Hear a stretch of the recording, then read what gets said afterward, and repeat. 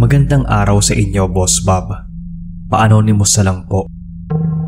Itong kwentong i-share ko ay nangyari taong 2011. Bali sabit kaming tatlong magkakaibigan sa family outing ng isa pa naming kaibigan. For the purpose of confidentiality, hindi ko na lang po sasabihin yung name ng resort. Yung resort na pupuntahan namin ay located sa mataas na lugar na mapuno. Mabundok ba? Sabi ng kaibigan namin, bago-bago lang daw yung resort na yon. Kaibigan niya rin kasi yung anak ng may-ari. Habang nasa biyahe kami papunta doon sa resort, tawanan lang kami ng tawanan. Nang malapit na kami, nagbibiro yung friend naming Becky na dahil mga talahiban yung nadadaanan namin. Shit daw, baka wrong turn na yon. Uwi na daw kami, which is totoo naman. Napaka-creepy ng dinaanan namin. Pero tawanan lang kami nun. Nang maarating kami sa resort, kita namin na ginagawa pa yung ibang parte kasi nga bago pa lang. Sinalubong kami nung anak ng may-ari na kaibigan ng kaibigan namin. Tapos hinatid niya kami sa loft type na house na tutuluyan namin. Eventually, umalis na yung anak ng may-ari kasi may event siya. Binili na lang niya kami doon sa caretaker ng resort nila. Buong araw, swimming, kantahan at inuman. Nung nagbanlaw na ako, yung pakiramdam na may kasama ka sa CR at feeling mo na paglabas mo, nasa ibang lugar ka na. Basta ang hirap i-explain. Nung oras na ng tulugan, hindi ko alam pero hindi ako makatulog. Malamig naman. Kasama ko yung mga kaibigan ko pero ang weird ng feeling. Iba yung pakiramdam nung mismong nasa kwarto na. Tapos, magsisilip ka naman sa bintana. Ang view ay yung talahiban. Kaya ang ginawa ko, naglatag ako sa lapag at doon natulog. Kinabukasan, swimming lang kami ng swimming ulit. Pagdating ng bago mag-lunch, umalis na yung family ng friend namin. Pero siya, kasama kami na nagstay pa until hapon lang. Pero dahil hindi naman namin in-expect na uulan ng malakas, hindi kami nakauwi nung araw na yon. Bali second night na namin. Ewan ko ba kung bakit ang lakas ng loob naming mag-swimming pa kahit gabi at umuulan pa. Ang lamig kaya. Nasa malaking pool kami. Sa nasabing pool na yon, merong statue ng dolphins at penguins sa may bandang taas. Swimming lang kami sa kalaro lang. Yung isang kaibigan naming lalaki, hinabol ko sa pool kasi magtitripan ko. Nang pagtingin ko sa kaliwang parte ng pool sa may mga dolphins, may babaeng nakatayo. Nakaputing babae. Hindi siya mukhang white lady pero parang ibang entity. Hindi ko na lang pinansin at hindi ko na rin hinabol yung friend kong lalaki. Umahon na lang ako. Lalong lumakas ang ulan kaya tumigil na rin yung iba naming kaibigan. Since stranded na kami doon sa place, wala kaming ibang food. Yung caretaker ng resort, sinabay kami sa hapunan nila doon sa lugar ng mga staff ng resort.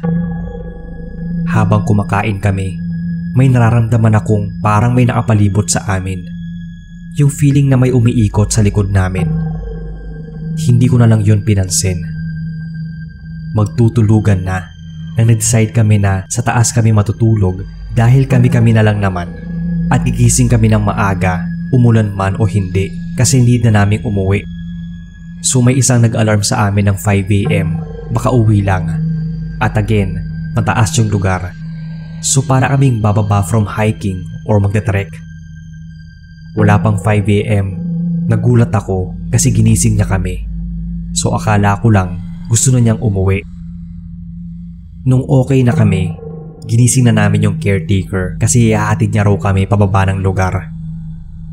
Nang makasakay na kami ng FX, nagkwento na ako sa kanila tungkol sa entity na nakita ko. Pati na rin yung weird na pakiramdam ko sa CR at yung parang may umiikot sa loob ng kainan ng mga staff. Hindi lang pala ako ang nakaramdam ng ganon dahil maski sila. At yung kaibigan kong gumising sa amin may kinuwento. Nagising daw siya ng maaga. Hindi niya alam kung bakit.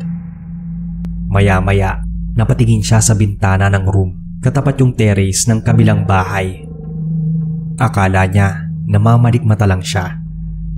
Nung una raw, nakita niya kalahati ng braso. Nagtitigan niya po, porma ng buong braso hanggang balikat na parang papalapit ng papalapit yung terrace sa kanya. Doon siya bumalik sa katinuan at ginising kami. In short, ang daming weird stuff na nangyari doon sa resort. Hindi ko alam kung mga multo, ibang entities like engkanto, aswang, elemento o ano.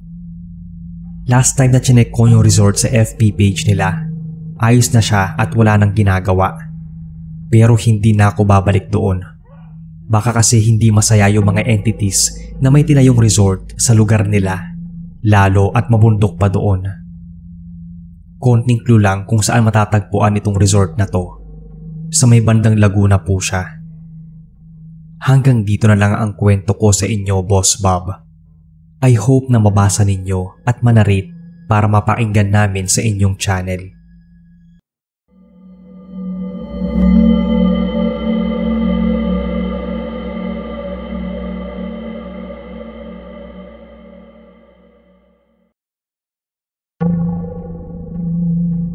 Hello po Sir Bob and sa mga listeners.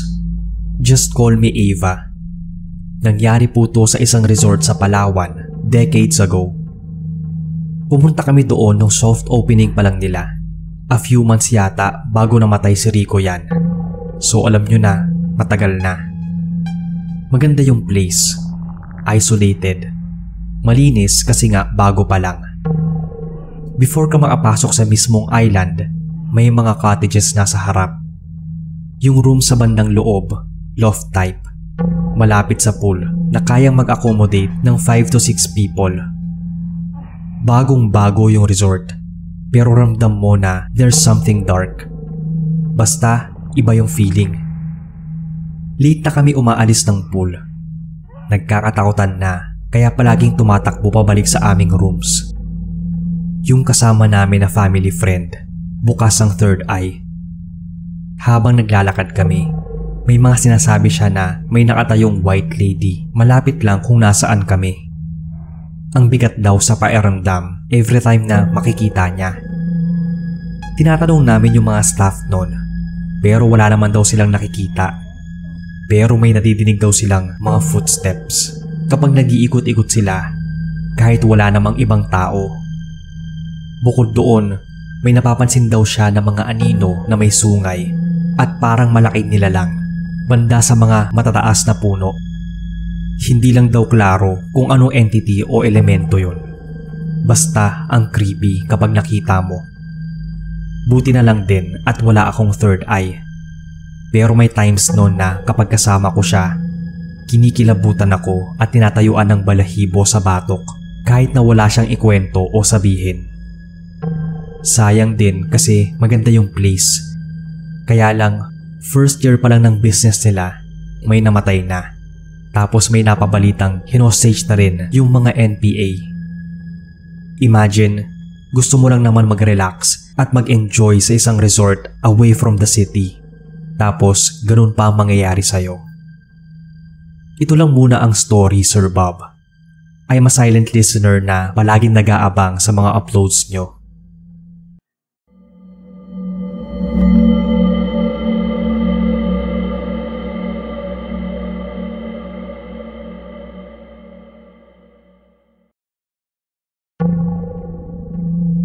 Good evening Sir Bob at sa lahat. Ako si Rog. Mahaba tong story ko kaya sana mapagtiyagaan nyo. Related sa travel itong story and na-inspire ako na magsulat dahil nga gusto ko rin i-share itong experience ko. Bali backstory muna.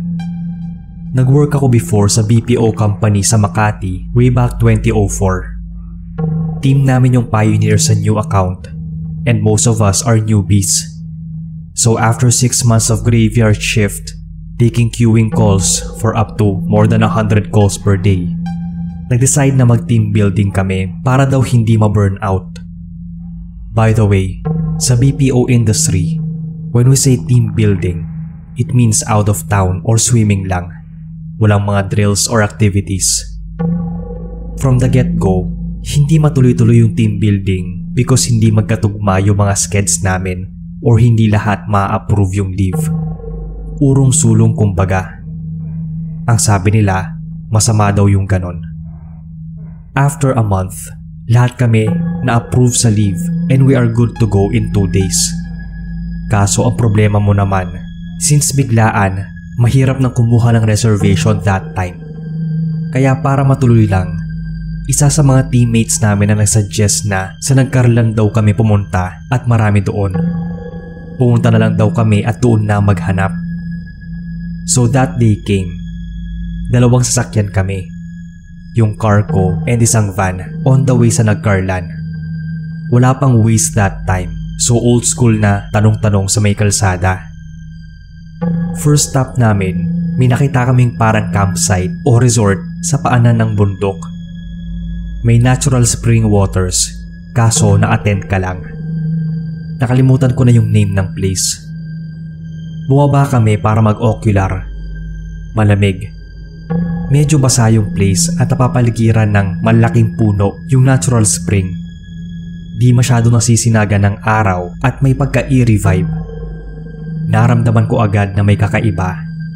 Parang may nanonood o nagmamasid sa amin. Sabi ko sa team, lumipat na kami. Nag-agree naman sila. Habang palabas, isa sa mga teammates ko ang nag-take ng pictures gamit yung digicam niya. Since hindi pa uso that time yung camera phone. Balikan ko sir yung digicam photos later. So ito na nga. Umalis na kami sa place na yon and naghanap ng ibang lugar. After more or less 30 minutes ng pagdadrive, may nakita kaming resort.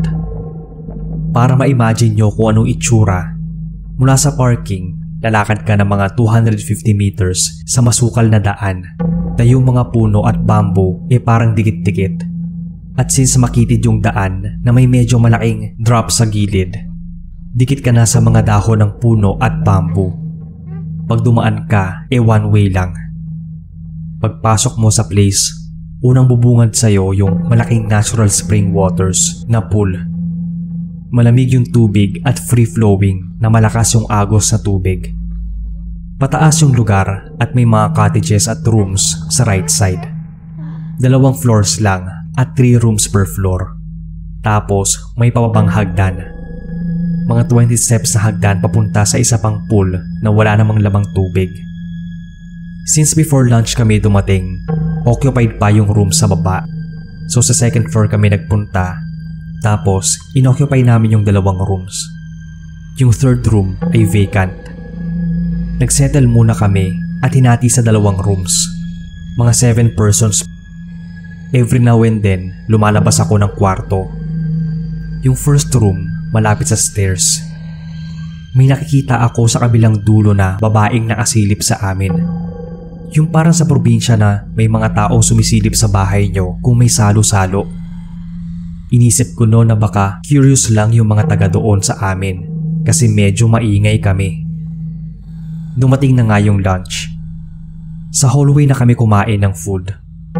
At habang kumakain, may nakikita ako na mga labas-masok sa third room na dapat ay vacant.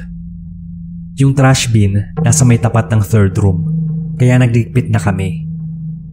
Out of curiosity, sinilip ko yung third room. Baka ako may kasama kami. Wala namang tao sa loob at wala pang dumadaan sa amin para bumaba. Isang stairs lang yung pababa. Kinilabutan na ako kasi iba yung mga nakita ko. Matapos yun, sinilip ko yung gilid ng third room kasi diba may nakikita akong nakasilip. Nung sinilip ko yung gilid, bangin pala yon and second floor nga pala kami. So iba na naman yung nakita ko. Kaya naisipan kong tanungin nga yung mga kasama ko kung nakita rin ba nila yung nakita ko. 4 sa teammates ko ang nagsabing oo, sabay abot sa akin ng digicam. Remember yung first stop namin dun sa paanan ng bundok, siya yung nag-take ng pictures. Marami siyang nakuhanan ng mga muka na nakasilip mula sa mga halamanan. Yung parang muka sa Scream movie, kaso iba-iba at distorted. 3 pictures yung nakakuha ng atensyon ko. Yung isang photo, Zinom ko kasi parang iba yung hugis ng liwanag. Oo nga, sa isang leaf, may na-capture na parang Peter Pan na nakaupo o nakahiga sa leaf. Yung nakahiga patagilid, tapos nakataas yung isang paa. Sa isip ko, parang may kakaibang nangyayari sa lakad namin. Pinabayaan na lang namin at di sinabi sa iba para hindi magkatakutan. Mga 3 to 4 AM nang maisipan namin pumunta sa batis sa likod. Malakas yung agos ng tubig at may dalawang lalaki na walang t-shirt na nasa batis. Masama yung tingin nila sa amin. Tiningnan ko rin sila ng masama kasi nga aware ako sa bati. Sa isip ko, sige galawin mo kami pero magkakasubukan tayo. Nang makaakyat na kami ng mga kasama ko mula sa batis, tinanong ko sila kung nakita ba nila yung dalawang lalaki sa batis na nakita ko. Pero wala daw silang nakita. So tumahimik na lang ako nun. Gabi na. Nagkaroon kami ng munting awarding ceremony sa open area ng resort. Then, nang pabalik na kami ng cottage, naisipan naming magpicture sa isang pool na walang lamang tubig. Bumaba na kami ng hagdan at nag-group shot. While nagpipicture sila, may nakita akong lalaking nakayuko at nakabarong sa ilalim ng poste ng ilaw. Tinuro ko sa mga kasama ko at nakita din ng teammates ko maliban sa isa. Turo ako ng turo pero di raw niya makita. Hanggang sa inis ko, sabi ko sa kanya, ayan o, sabay turo sa multo. Pero laking gulat namin na may lumabas na white lady sa ilalim ng nakabarong na multo at ito yung unti-unting pababa papunta sa amin. Sobrang takot at hilakbot ang naramdaman namin dahil sa nangyari. Sa takot nga namin, iniwan na ng mga lalaki yung mga babaeng kasama namin. Takbuhan kaming lahat paakyat papunta sa mga cottages. Sinilip pa ng isang kasama namin at paakyat din daw yung white lady. Takot, kaba at kung ano-ano yung pumasok sa isip namin nun. Tapos nagsalita yung isang kasama namin na walang matutulog kasi daw baka may sapian. Nangyari kasi yun sa isang team na naunang mag-team building sa amin. Ang nakakatawa at nakakakaba ay lahat sila isa-isang inantok at nakatulog. Liwanag lang ng TV ang bukas. Pinilit kong makatulog na rin kasi ako na lang yung gising. Pero di ako dinadalaw ng antok nun. Hanggang sa nag-sign off na yung Channel 7. Yung static na lang yung nadidinig mo sa TV. Tulog na ang lahat at ako na lang yung gising nun. Alam mo yung feeling na kapag lumingon ka sa likod mo, may nakatingin na muka na tatambad sa'yo. Yun yung pakiramdam ko the whole time. Gusto ko na nga mag-umaga. Tabi-tabi nga pala kami sa bed since nasa floor naman. Tapos, yung katabi ko, biglang nagwala. Maliit na babae to, pero kaya niyang iwasiwas yung kamay ko nang pinipigilan ko siya. All this time, nakapikit siya nang nangyayari ito. Ginising ko na yung mga teammates ko sa room. Yung ibang girls, nag-iiyakan na sa takot. Oo nga pala, itong babae na parang sinasapian ay may photo rin a few hours before sa pool na yung tenga niya parang naging sa elf tapos sobrang pula ng mga mata niya. While yung mga katabi niya hindi naman same ng eyes. Going back sa nangyayari sa amin, di namin alam noon ang gagawin. Until may binato yung teammate ko na pamphlet para sa novena. After praying and saying amen, nagising yung teammate namin na yon. Bigla siya nag-aya na umuwi. Ang sabi niya, iuwi niyo na ako. Iuwi niyo na ako. Sa panaginip daw niya, may malaking tao na hinihila siya papuntang batis. Habang nagkukwento, bigla siyang hinimatay the second time. Nagpanik na naman kami. Baka hindi na namin siya maibalik mula sa sanib. Hanggang sa bumalik yung alaala ko dun sa kwento sa church on how a Pinoy seaman calmed the waves by using the powerful name of Jesus. Pero before it happened, he asked for forgiveness muna. Then he prayed over the raging waters. And in 15 minutes, it died down and mellowed. So nung naalala ko to, nagdasal ako. First, I asked for forgiveness for my sins and my teens. Tapos ang sabi ko, I cast you out in the powerful name of Jesus. In Jesus' name, get out. Matapos kong sabihin yon, nagising yung teammate namin na parang muntik malunod yung eksena. Malalim na buntong hininga at para siyang hinigop pataas. Lumipat kami sa kabilang room at doon na nagpalipas ng magdamag. All this time, I stayed beside her. Katabi ako ng pintuan. After a while, yung pinto namin ay yung parang may nangangalabog. Yung parang marami sila. Parang maraming tao sa labas the whole time, pero wala kang nakikita. Chinek ko yung time. Nasa 3:15 AM na. Kwento rin nila na nung naipagbuno pa ako sa may sanib, pagsilip daw nila sa labas ng room ay iba-ibang multo at elemento yung nakita nila. Balik tayo sa kwento. So nasa kabilang room na nga kami. May teammate ako na nagpa-practice ng Wiccan na naglalagay ng asin sa pinto at bintana para daw walang spirits na makapasok. Walang tulugan kaming lahat sa kwarto hanggang sa mag-umaga. Kinaumagahan, yung taker sinabihan namin sa nangyari.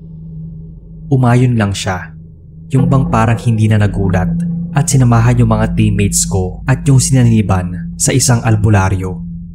Doon napagtanto na tikbalang yung nagkagusto sa kanya. Yun yung humila sa kanya sa panaginip. May isang katanungan lang yung albularyo bago sila umalis. Ang tanong sa kanila, kayo lang ba yung kasama ng may sanib the whole time? Ang sabi nila, oo, na medyo kabado. Ang sabi sa kanila, may kasama pa raw kami na malaking lalaki na kapag siya ang nandoon, hindi nakakalapit yung tikbalang sa sinaniban. Saka sila umamin na oo, may isa pa na hindi nila kasama na naiwan sa resort. At ako yun. No morning, after kong i-check yung pinky fingers niya, hindi sila pantay. Mas lumiit yung mukha niya kapag tinitingnan at walang reflection yung teammate namin na yon sa bintana kapag nasa loob kami ng kotse. Yung mga teammates namin takot nang lumapit sa kanya. Regarding sa photo na mukha siyang possessed, hindi na namin pinakita sa kanya yon. Baka lalo siyang mabaliw. Sayang nga lang at hindi kami nakapag-save ng copy ng pictures. Gawa na rin siguro na ayaw na naming maalala yung grabing bangungot na mala shake, rattle and roll na naranasan namin. Nalaman din namin sa mga locals na bawal pala mag-overnight sa resort na yon kasi talagang nangunguha siya ng buhay. Hindi ko rin naman alam kung bakit kami pinayagan ng may-ari o ng caretaker na mag-overnight kami doon sa resort na yon. Bago kayo pumunta o magstay sa isang lugar, mas okay kung i-check ang mga reviews online o kaya kung may teammates or lokal kayo na taga roon na magsasabing safe yung lugar para pagtulugan. Alam mo na, baka lang kasing may tinatagong lagim. Last time I checked, nagpalit na pala yung name ng resort na yon para siguro fresh branding na pilit kinakalimutan yung mga kababalaghang nangyari noon. Sorry sir kung napahaba ang pagkukwento ko, pero sana mapagtiyagaan ninyo.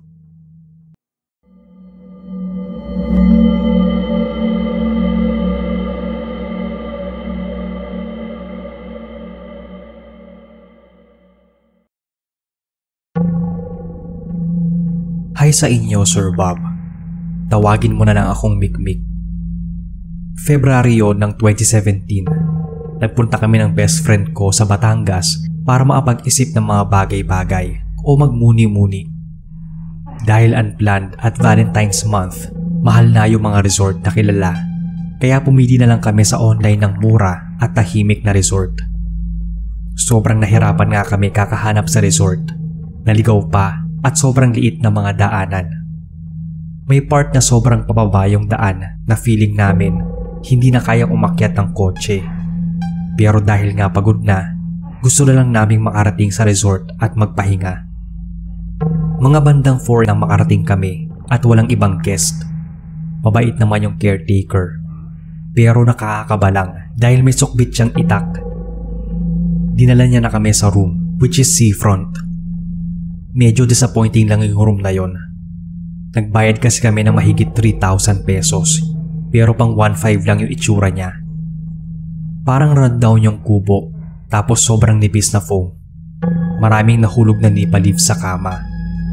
At ang mas nakakatakot at nakakabahala ay walang lock yung pinto at bintana na gawa sa kawayan na parang sliding door yung design. Kaya kahit lagyan mo ng gamit sa harap, hindi talaga malalock yung pinto. Dahil nga pagod na kami, di na kami nagreklamo at nagpahinga na muna. Siguro around 7 PM yon. Nagutom kami kaya nag-dinner kami ng dala naming food. Paglabas namin ng room ay sobrang dilim na. Tinawag namin yung caretaker pero walang sumasagot. Sobrang nakakabingi yung katahimikan maliban sa paminsan-minsan na alon at huni ng ibon na galing sa bangin na malapit sa resort. Napagpasyahan namin na sa room na lang kumain dahil takot na kaming lumabas. Pagkatapos ng dinner, nilagay namin yung leftover na food sa open kitchen sa labas. Nagkukwentuhan na lang kami pampalipas ng oras dahil mahirap din yung signal ng phone.